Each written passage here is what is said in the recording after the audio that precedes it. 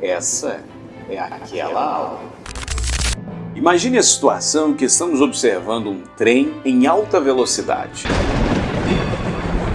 Agora, vamos trocar o referencial. Como dois referenciais inerciais não concordam sobre a simultaneidade de um mesmo evento, é porque não existe uma escala universal de tempo, aquele lance que o Newton falava. O tempo não está passando igual para todo mundo.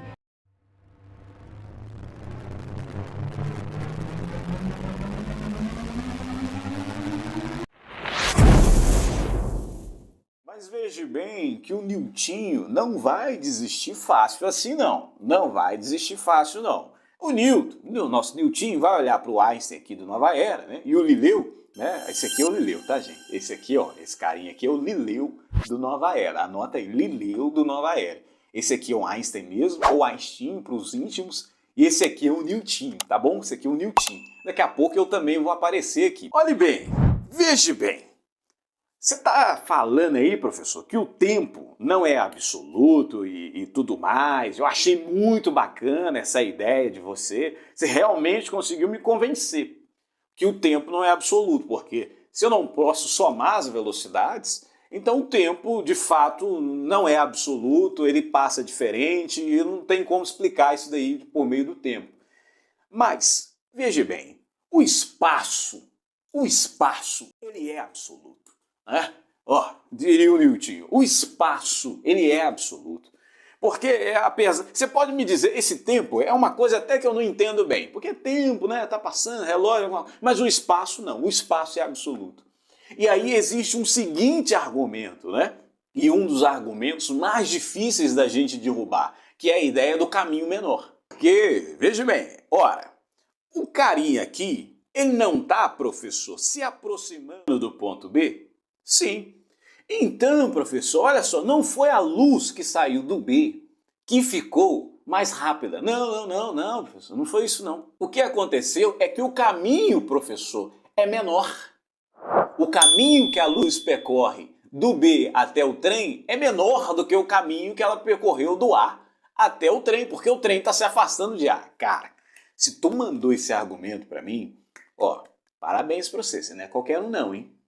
Tu é top porque isso daí não é qualquer argumento e vai me exigir aqui um certo raciocínio, uma certa destreza para mim conseguir tirar isso daí. Vamos avaliar um pouco mais a fundo esse seu argumento do caminho menor. Aí, vem cá, presta atenção aqui em mim, não dispersa sua atenção não. Você me diria o seguinte, professor, veja bem, esse aqui é o trem às 3 horas da tarde sobre o ponto C, certo? Tanto por referencial S', quanto para o referencial S. O trem está 3 horas da tarde, ele está passando ali. Você está me concluindo isso daí. Só que o que acontece, professor? Quando passa um pouquinho de tempo, esse trem já está aqui, professor, um pouquinho para frente. Ok? Que eu estou olhando ele aqui, o do referencial S, ele já está um pouquinho para frente. Então a luz só percorre isso daqui, professor. Olha aqui no relógio, olha lá. Ó, passou um pouquinho de tempo, o trem andou. E a luz também saiu, ó. Ela saiu do ponto A e do ponto B. Você garoteou. Você garoteou e não percebeu que você garoteou. Eu vou te provar que você garoteou. Primeiro ponto, esse relógio está errado.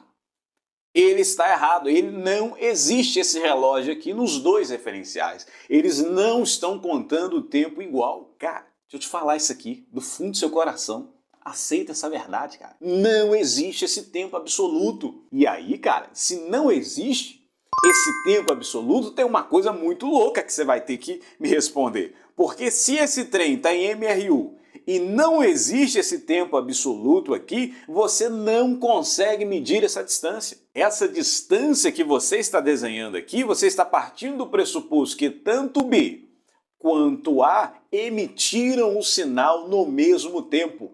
E isso não ocorreu, isso é falso. Então você não consegue dizer isso porque não houve simultaneidade. Aqui é mais profundo ainda.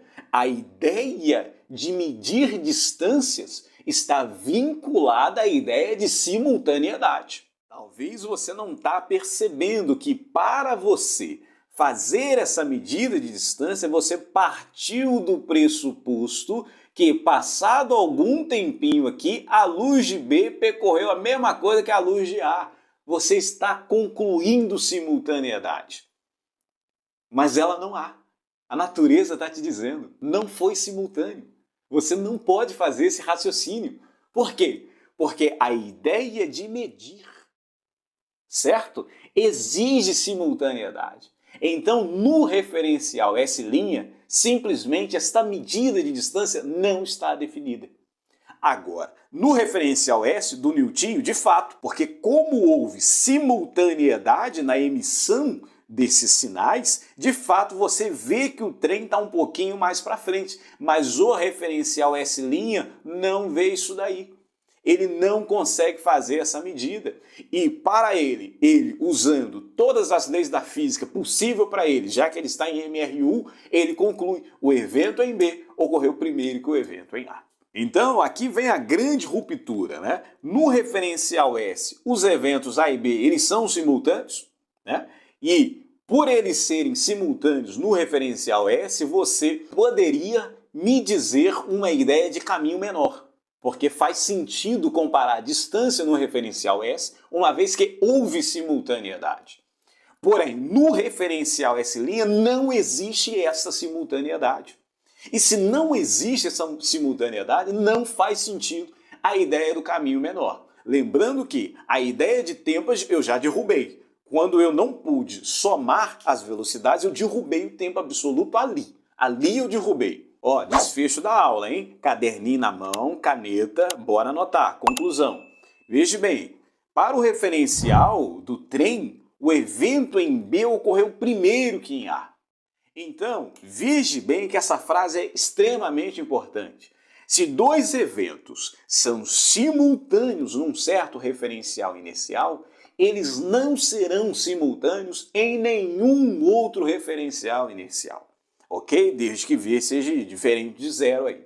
Então, a queda da simultaneidade nos provou que não há uma escala universal de tempo, porque se houvesse uma escala universal de tempo, se o tempo passasse igual para todo mundo, concluiríamos que houve simultaneidade. Mas nós percebemos que não houve. E qualquer rearranjo que a gente tentou fazer, usando a ideia da mecânica clássica, a ideia do Newton, a gente não chegou a canto nenhum, porque quem tem a última palavra? É o Einstein, galera? Não, é a natureza.